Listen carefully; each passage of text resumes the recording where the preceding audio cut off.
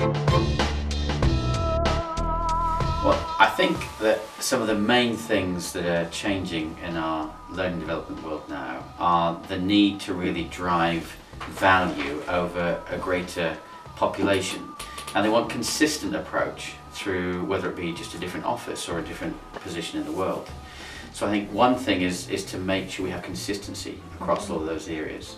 The second, as always, is the budget, and really driving value from everything we do, and challenging everything we do to make sure it is optimizing that value, which obviously is affected by the time that our employees spend away from the desk, and minimizing that to make sure that they are able to do their job and learn in equal proportion at the right time.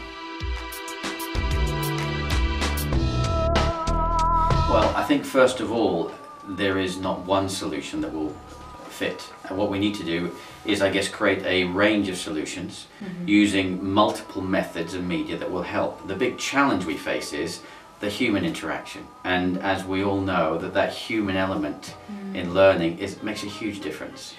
E-learning demands have changed. With the gaming culture we have today, it's no longer appropriate to just kind of read and click. We need to make it far more interactive and an experience. We have the opportunity to use location-dependent learning. Certainly with Web 2.0, we're able to, I guess, have triggered learning based upon the location an individual has found themselves in. And one that we are now using for the last 12 months or so is holographic. And this is really taking us to the next level of that engagement, where we can project a holographic three-dimensional image into any classroom in the world from thousands of miles away.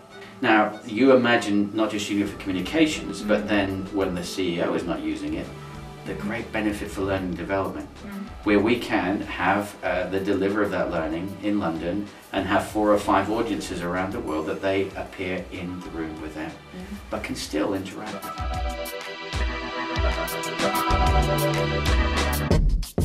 I think first of all, it's thinking about what you want to achieve. Please remember that anything we do blending together technology in the future of learning will never fix what's broken. It's not a magic wand. What we're going to have to do is to get right our learning first. And that means engaging with the right stakeholders, defining the strategy of the organization and how the learning links and supports that strategy. If we don't get that right, no flashy e-solutions will ever be able to repair that. We need to get that right.